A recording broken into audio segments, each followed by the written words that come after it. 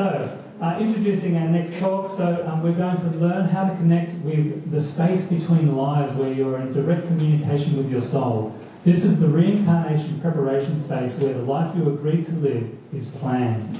Here you can visit your soul family and see if you recognise anyone from this life. Hear about some of miraculous cases that Toni is aware of. Dr. Toni Reilly is Australia's foremost past life, reincarnation and afterlife specialist, best-selling author of Awake, The Purpose of Life and Why You Are Here. She's guided thousands of clients and students to remember their past lives, visit loved ones in the afterlife and travel in between lives for therapy and personal development. Toni trained under renowned psychiatrist Dr. Brian Weiss in New York and at Arthur Findlay College in London. As founder of the Toni Reilly Institute, she developed SoulLife Coaching, spiritual psychology over 2 decades of extensive observation, research, and her own transcendent experiences, and her doctorate supports her visionary teachings. Please join me in giving Toni a warm welcome.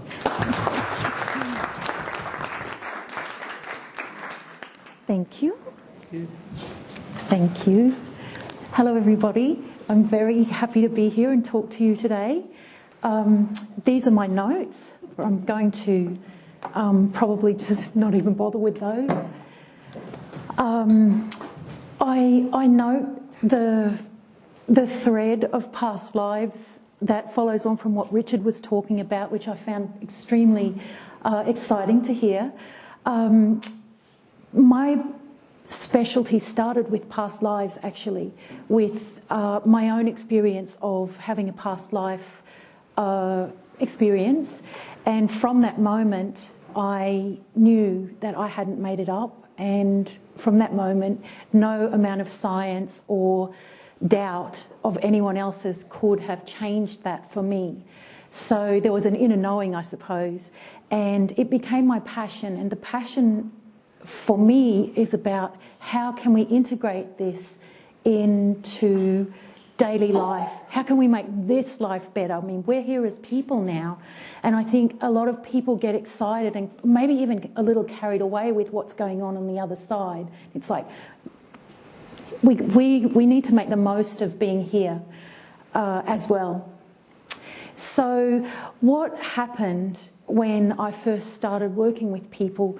They always went to past lives, always. And I feel like it was part of the process of me having to research and observe that everyone just went there, every client that I saw, and they had extraordinary experiences. No one ever didn't go. It was never hard to get them in, and they would relay extraordinary detail, which I noted every case, thousands of them.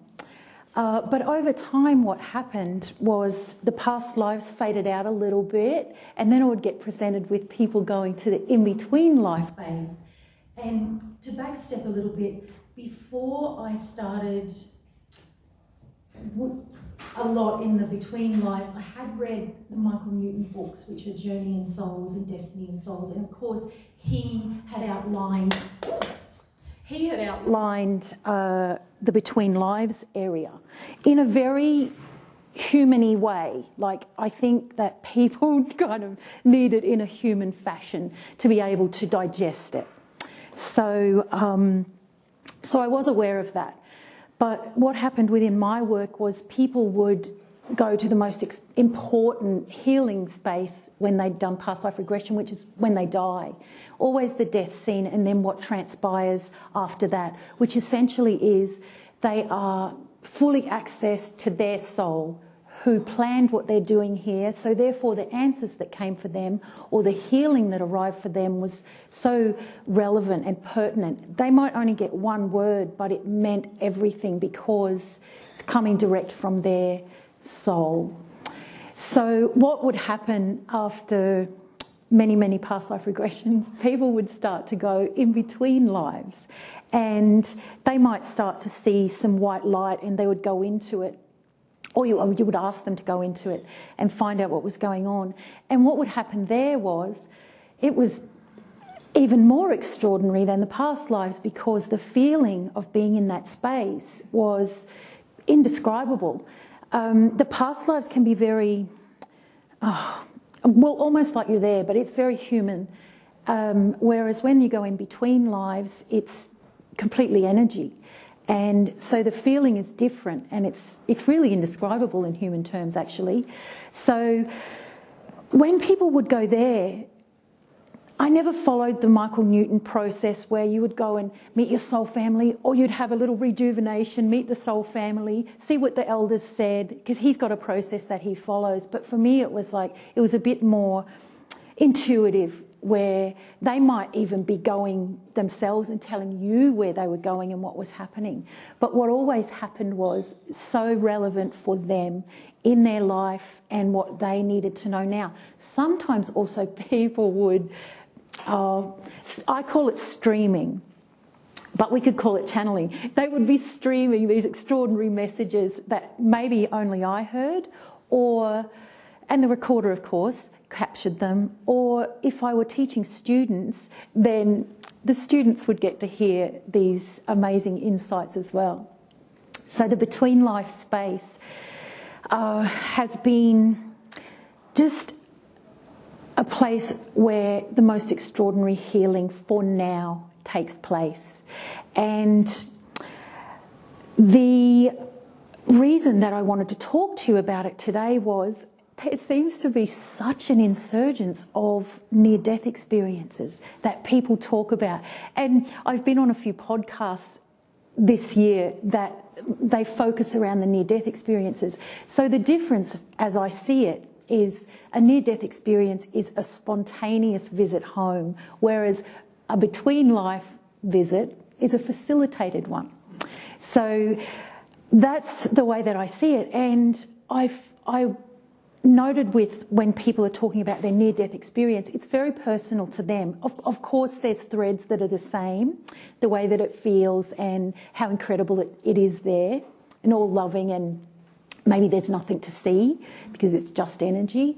But that's what happens when we facilitate a between life session, or even if people come for a past life session, they might often go off to the between life phase as well. But as I was saying, my passion is to make this useful for us now, to make this life better.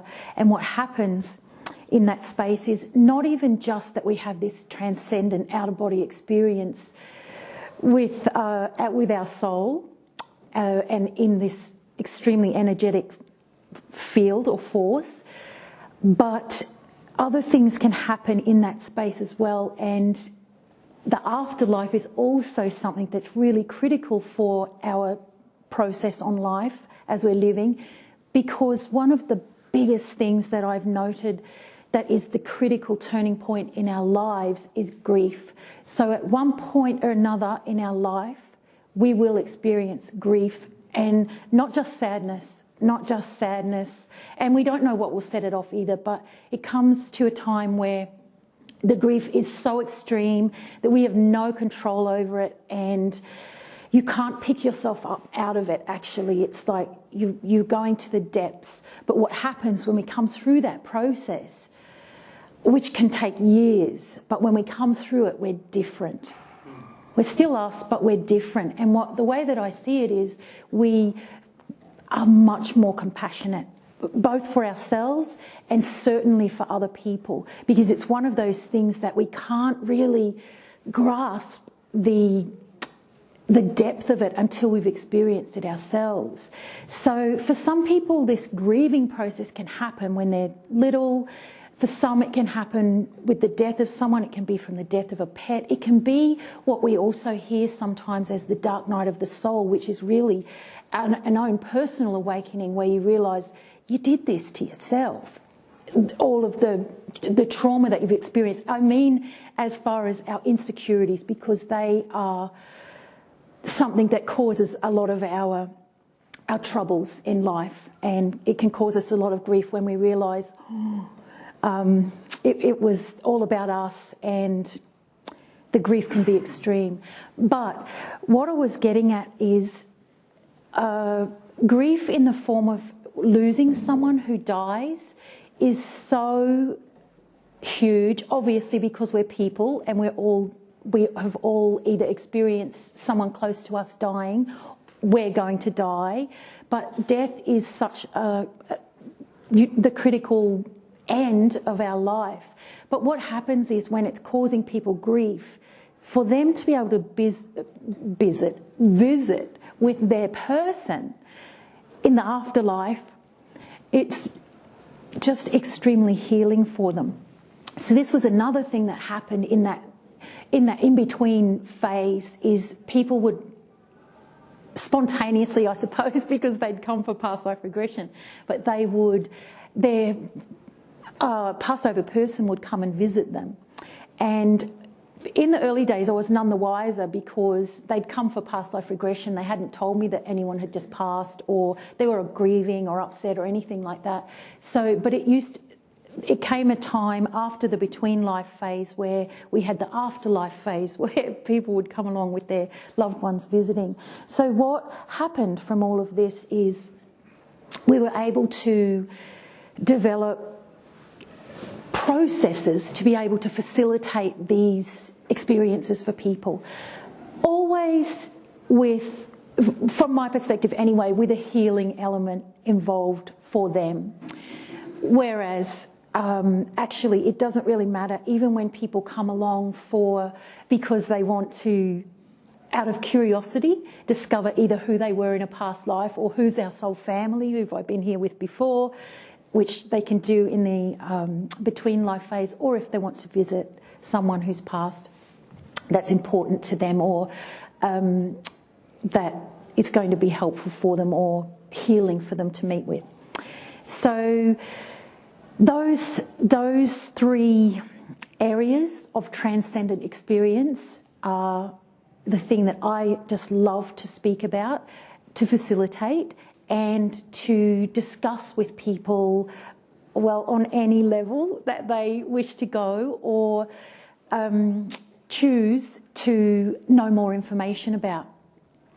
So today I kind of had my list, my few dot points of what I would cover for you and with you, but I'm not going to talk on forever and ever, because my favourite is if you have questions that you can ask them, and I'll do my best to give you an answer. Before that though, I thought I would tell you about a few of I call them miracle cases, when people come along for past life regression. Does result in healing every single time, even when people come for curiosity. It's as though they've been led there intuitively, or it's their path to be led there and attain some knowledge that they were not expecting, which ultimately heals them in some way. But what happens sometimes in the in-between phase, because it's very energetic there, in fact it's usually energetic, there's not a lot of human-ish figures there even. It's usually colour and energy. Or nothing, actually. Beyond that realm, which I believe is where we plan this life and all of the other lives, there's beyond that I call home, because there's nothing there, but it's even often black. But it feels like the most extraordinary thing that can't even be described, actually. So, but what I was going to tell you was there have been a few cases of mine that resulted in miraculous healings. And I don't say that so that you feel that it could cure anything that you have, because our life is planned, it's pre-planned before we're born, and it may not be our mission to be cured of what we have. But what happens when you go into the in-between phase, or you talk with your soul after past life regression, you will find you either will have some sort of miraculous healing, or you will be given the information to understand what the purpose of it is and why this is in your path. So one way or another, the person comes out of this relieved and knowing. It's a knowing that you can't learn from a textbook or really from someone else telling you. It resonates so deeply. So these couple of miraculous cases, they only happened recently. if I'm honest, on so many, I can't remember them all. But, and all I'll say is you hear it all. But recently there were a couple of miraculous ones, so they're fresh in my awareness. And one of them was, they both were women actually, but one of the women was in her early 50s. And she was very high level actually in security at the White House. She's American. And I also feel like this happens because there's a greater purpose beyond her having a miraculous healing as well. But anyway, this woman had been barely able to leave her house for 8 years. And we did a lot of sessions actually between lives, but the last one did a massive healing for her. Whereas she had had a, oh my God, I can't believe it's dropping out of my mind. Oh, that's terrible. But I do have it here. It's not rocket science what I'm about to tell you. It was, I was going to say, she had an autoimmune disease which was related to her bowel. Ulcerative colitis it was. But it was so bad she could barely leave the home, and it made her very ill, and it wasn't getting any better. So anyway, we did all this energy work over a couple of months in this case, but only the last one was focused on that. And a couple of weeks later, she went back to the doctor and had everything had gone into remission. So that was one case, but not to downgrade that it was a miracle of sorts. Her actual mission, there's a lot more to it in that because of her credible status with what she's done throughout her life with her other mainstreamish work it comes together and gives a big credible story, which I think is to help people, unlike us, who are already open, if not completely convinced of an afterlife and beyond. I think that people are called into this realm to help reach everybody in this time, in this big evolution of humanity that's happening at the moment. So that was her miraculous story. And I also had another one recently, which also happens to be a woman, but I don't think that that's not, it's here nor there. But she had cancer and also had a very energetic healing experience.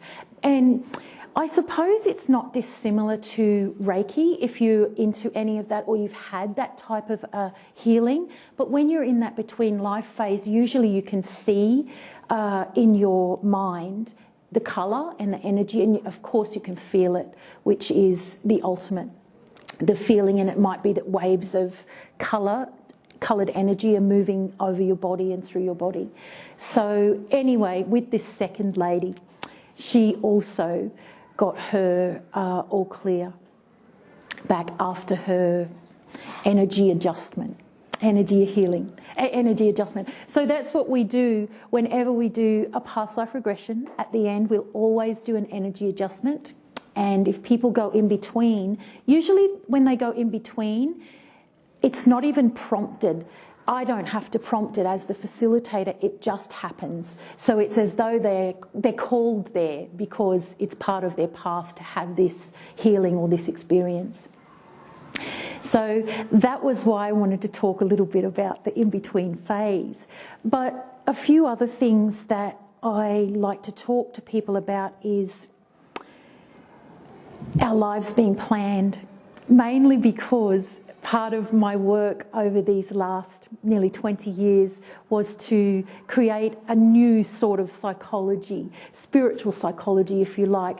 It can accompany traditional psychology, but it's based on the premise that our life is planned, our personality is planned, our parents are planned, everything's planned actually, the whole trajectory of our life. And if we can use this information to help people navigate life a little bit easier, then it's a wonderful thing. And what happens now is we've got these young people that have come in since 2000 that are inherently different. And when I say inherently different, I can very much put it into basic language. Whereas we, before the 2000s, born with in the 19 whatever year, we defaulted to logic. Whereas these kids default to intuition. And some of us may default to intuition as well, actually, because if we're called into these realms, then intuition will be strong. But these kids, they're not even kids anymore, they're young adults, they default to intuition. So for them, it can be really quite tricky navigating life. It was tricky for us as well. However, for us, we were, personal development is my favourite thing about life and self-awareness. But for us, it was like, you weren't to be too emotional. You hide that. You don't bring your emotional stuff to work, that kind of thing. We went through those generations where it wasn't cool to be too emotional.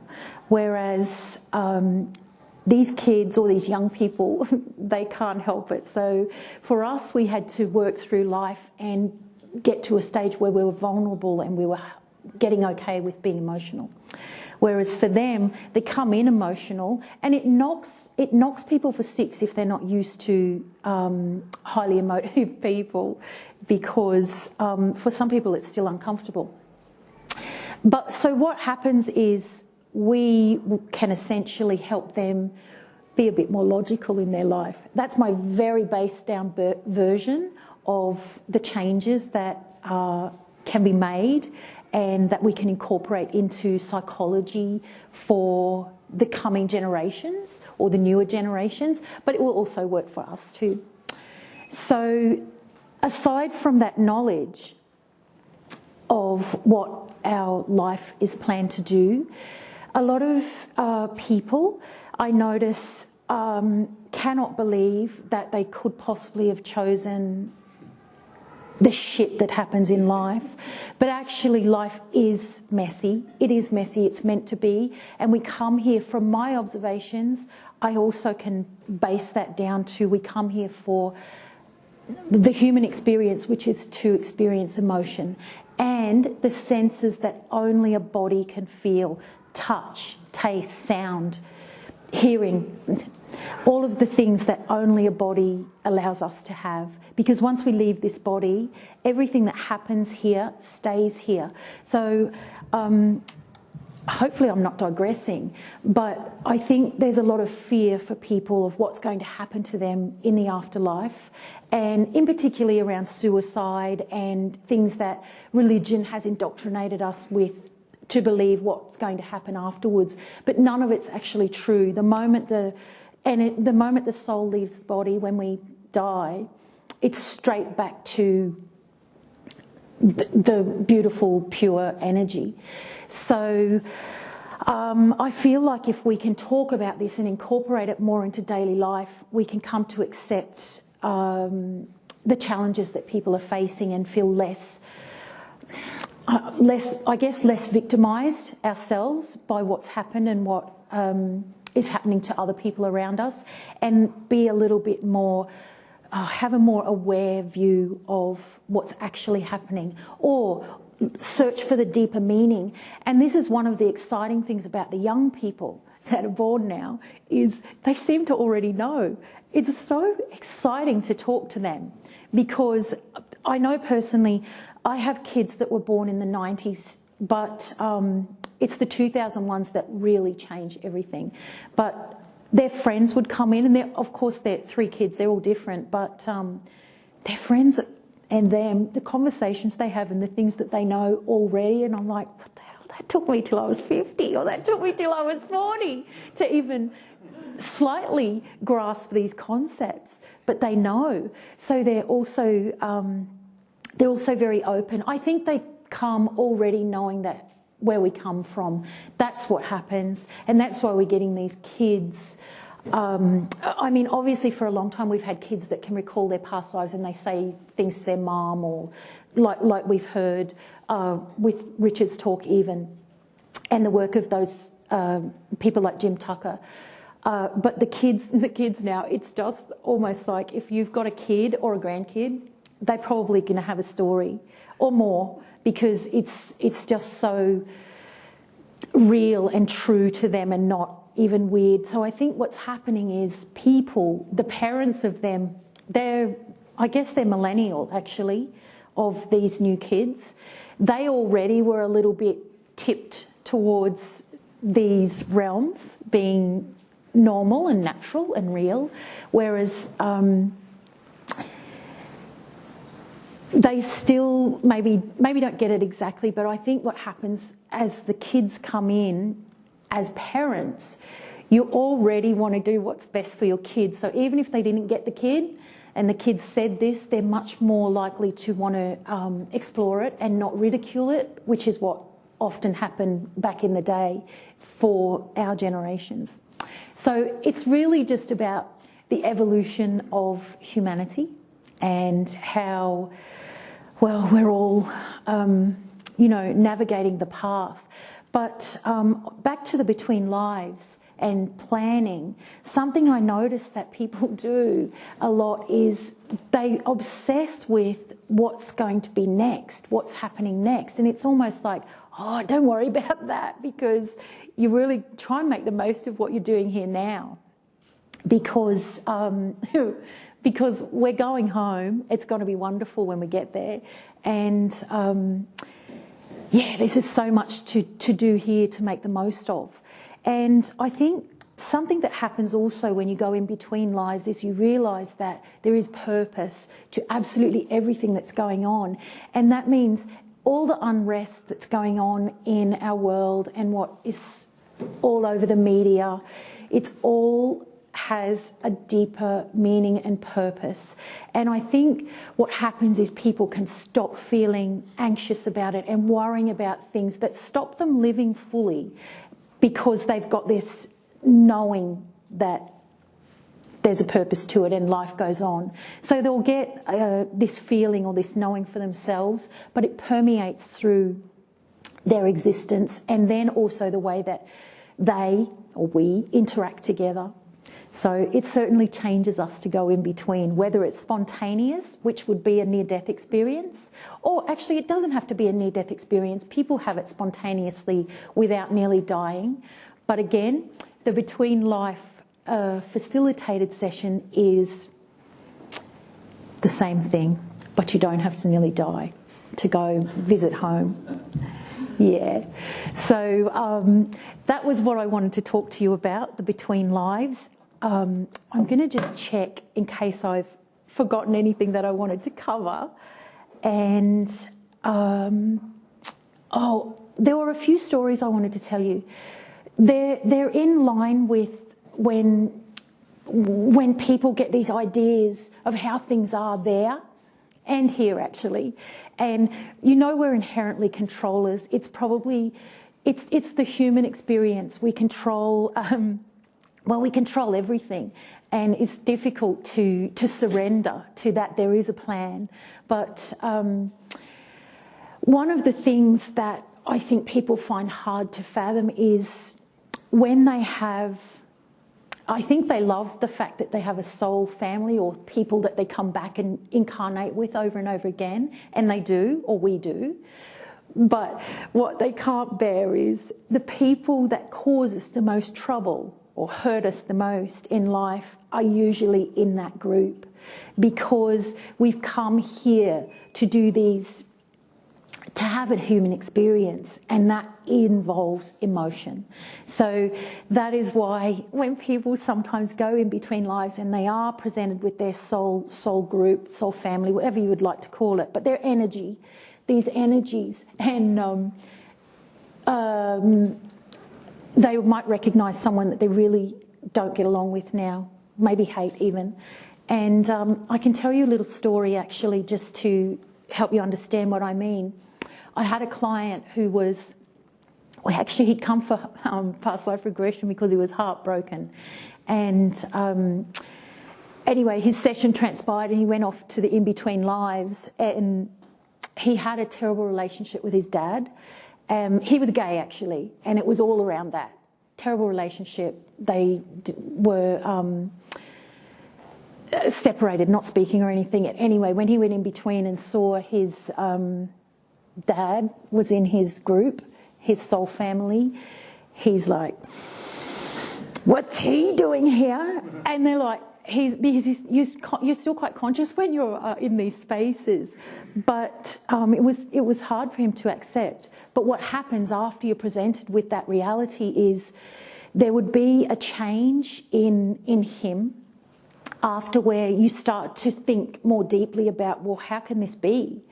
And it ends up being a healing thing. And it's not to say that you would reunite, but it would lose its impact on you. In his case, him, where he was putting a lot of energy into hating that man, and it takes over your life.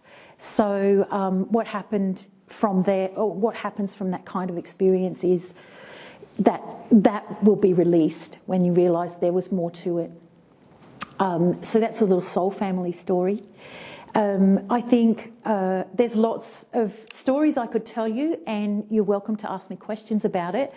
The soul group or soul family. And yeah, actually, I think I've covered everything.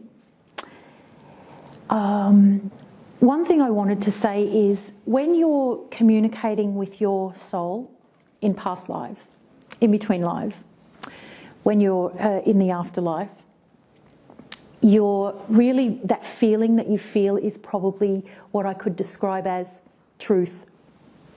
Because to you, no one could convince you that it's not real or true when you've had that experience.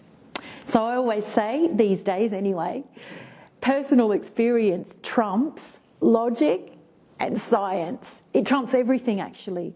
It wouldn't matter who doesn't believe you, or who thinks you're weird or lying, whatever they think, it's water off a duck's back once you reach this knowing. Yeah. So anyway, that's the power of between lives, or those spontaneous visits that we might have, or even have facilitated. So that is really all I wanted to cover. I would love to throw it out to you and see if you have any questions. So the past life regression, is it always the human form, or it could be? Past lives are one of my favourite things to talk about, if not the favourite. So, in my experience, they're always human. I'm not saying that there's not other, because everything does have a soul, but I think because past life regression is to help us understand now, they're always human. Actually, that's not even true, can I say. The past lives are, but sometimes we incarnate in other places, other planets, other schools of life, if you like, not just Earth, but certainly on Earth, they're always people. Yeah. Ooh. Does anyone else have any questions? First of all, thank you. Fascinating talk. The notion of the in-between life and planning, from what I've read, it just makes a lot of sense to me.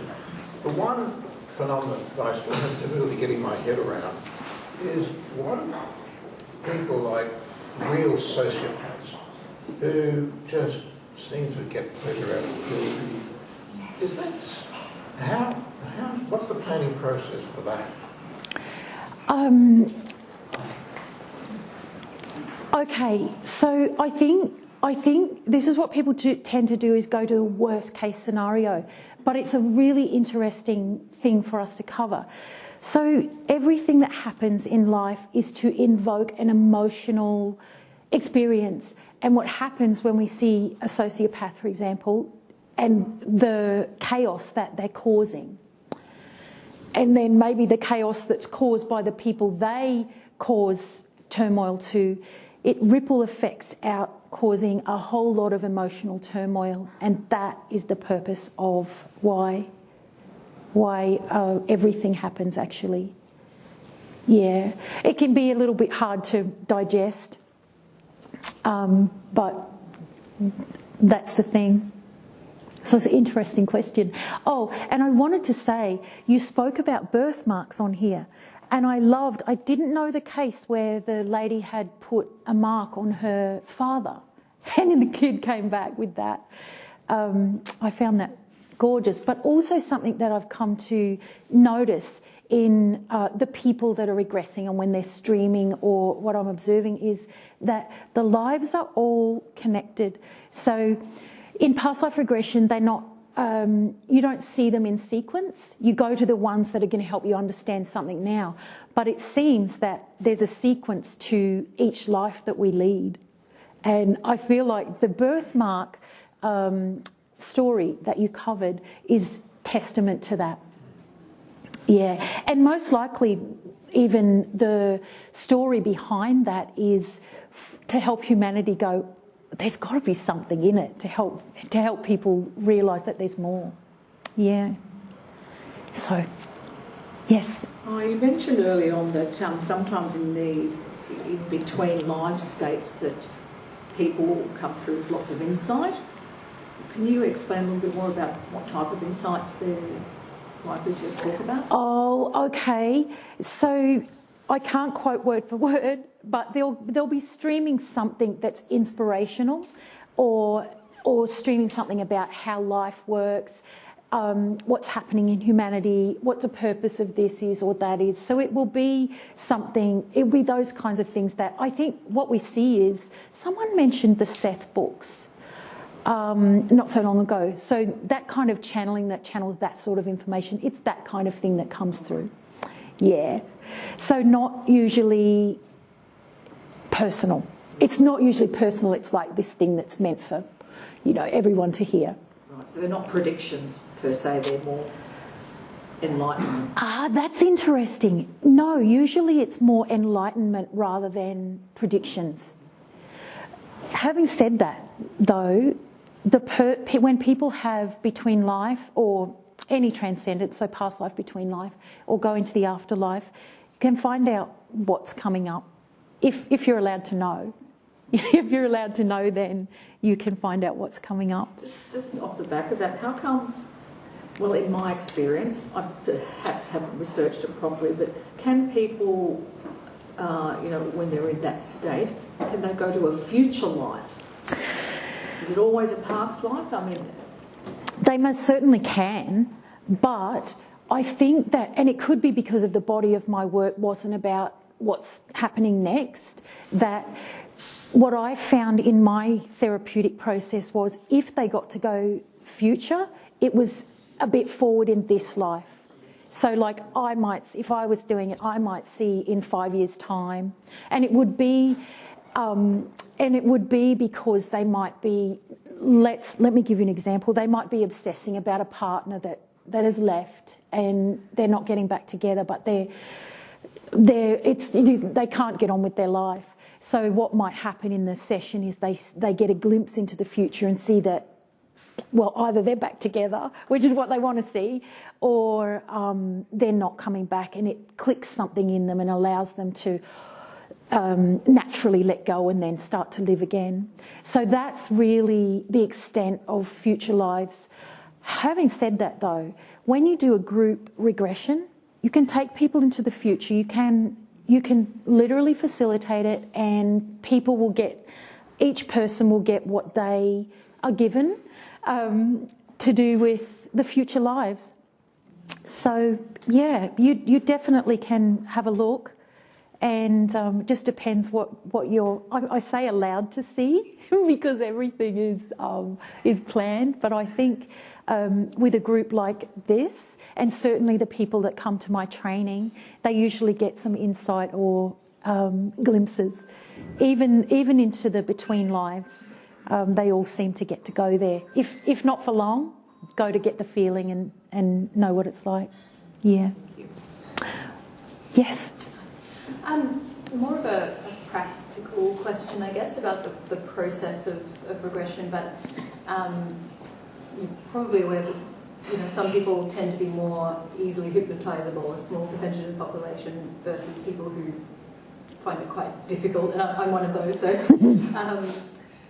you did mention early on that you tend to have a great deal of success when you do regress people. Do you find that there is a difference in the quality or the depth of what people are able to delve into based on, like, if they tell you that they can't be hypnotised, or they can, and they're really able to reach that meditative state themselves? When lots of people say that when they're coming for regression, I can't be hypnotised, or they've been told it. And my strategy is I do not engage in that. I tell them it's going to work, and it works. But the only thing that can stop it, and it won't stop it forever, is that we're controlling it.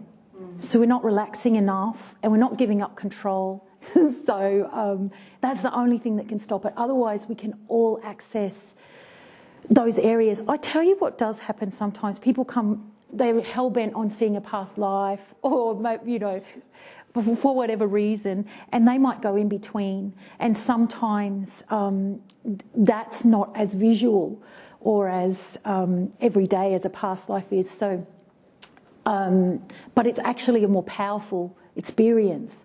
But still, everyone can do it. And I think probably because of my body of work or my mission, I didn't come across very much resistance at all. You're probably kind of...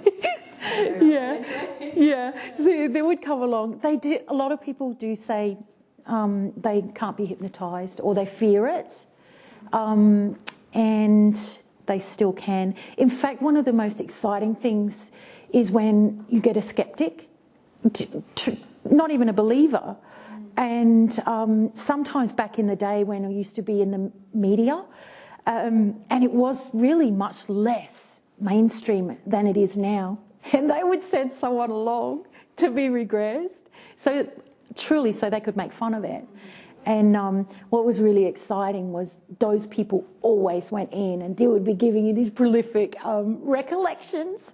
So I guess that was part of the, what was meant to be as well. But yeah, high success rate. Yes? Is there a time period where people stay in this sort of period from one incarnation to another? Do you mean like where they're not in a body? Yeah, correct. Yeah. Look, from what I've observed, it can be minutes. Maybe even they can already be here and they're coming back. Again, I think the soul energy is limitless, so there's no time, there's no linear time actually for our soul energy. But I think for humans to grasp it, usually they would like to know that it's happening 2 hours after the other one died, or I've seen all sorts of things written on the internet where they say, oh, it's 25 years between lives, but it's not. It's like, well, where'd you get that? But it can be minutes. There's no real time frame. Okay. Yeah. Do you think there's a choice in the afterlife, whether you go on or you stay for a while? Oh, look, I think that, I don't want to say that we don't have a choice, but choice doesn't actually exist there because it's a human concept. So it's more like the moment we get back there, there's this realization of why everything is and what the meaning is behind it. So it's like probably we don't have a choice because there is no choice there. It's like going home. You sort of want to stay home for a while. I know this might sound a bit weird, but our soul energy is still there always anyway. So, yeah. Oh, it just gets also out there, doesn't it, to try and explain and understand. But I do think that humanity, I like to look at it as an experiment. And I think that our soul energy is coming to do what it's doing. And as we saw with threads, with the birthmarks, there'll be a reason for each life that we come and lead. And there'll be a reason even that we can remember certain past lives at certain times. And you talked about your husband's dream. I'm just remembering that. That would most definitely be a past life. And even though he's dreaming that, there must be something for him to know about that.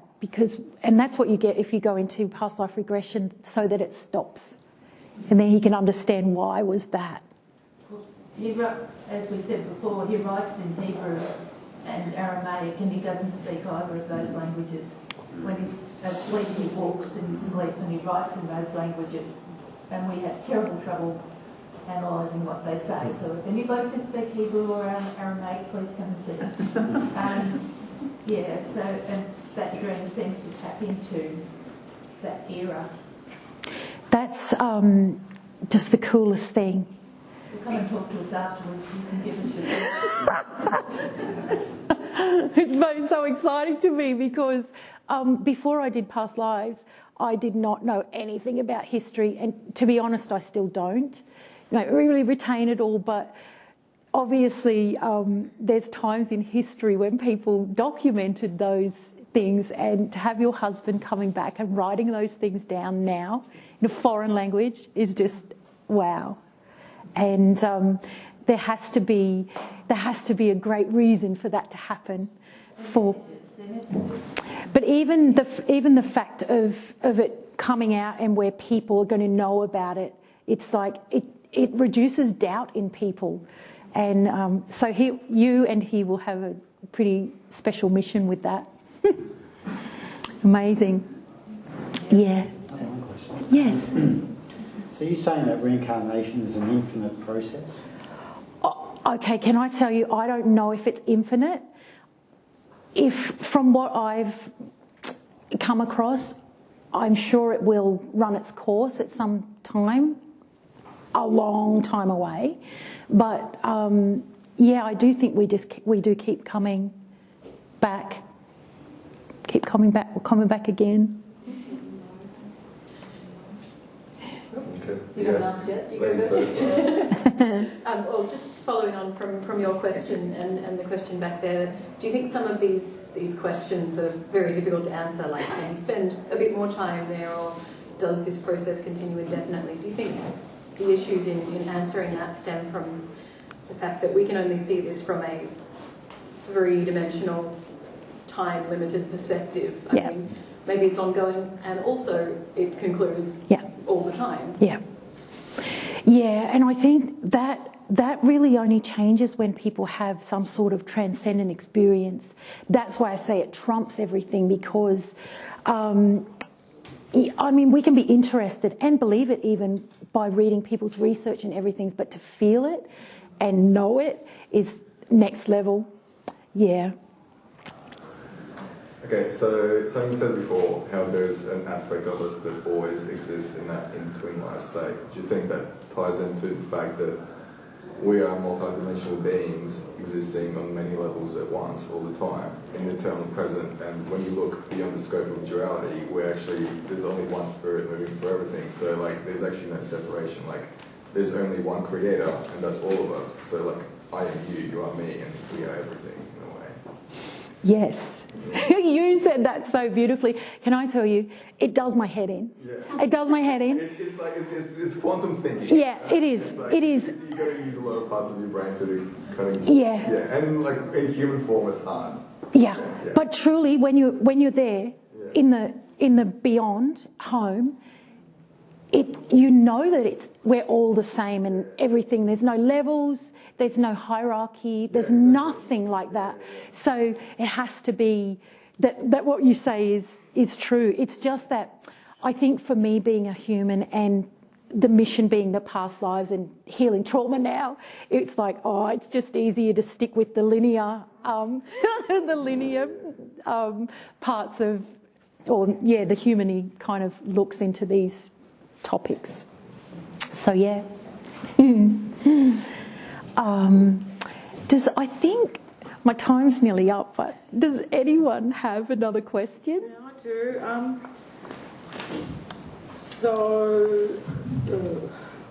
It's almost gone. But yeah, what is the purpose of us coming back? I mean, I know we're supposed to be learning lessons, but to what end? What's the end goal? Can I be honest and say I don't know exactly what the end goal is, but I know each time we come, it's to have a human experience. We don't have access to any of the human parts, consciousness. We don't have a brain. We don't have feelings. We don't have emotions. We don't have skin. We just don't have any of that there. We don't have choice. We don't have control. Nothing. So, to what end? It's to have an emotional experience. And I don't know why. I don't. That's why I call it an experiment. It's like, I don't know if there was one great purpose for it or if it's just a whole experience. And I feel like the one thing that I used to believe, or when I first started doing all this, was that we are coming to learn lessons. But now I don't see it quite like that. It's seeing it as lessons is another way for people to be mean to themselves and feel like they failed. We can't actually fail. And that's why I like to call them experiences. You come for an experience now rather than you're going to learn it or you're coming back again to do it again, because it's not really like that. Yeah. So there we go. Yeah.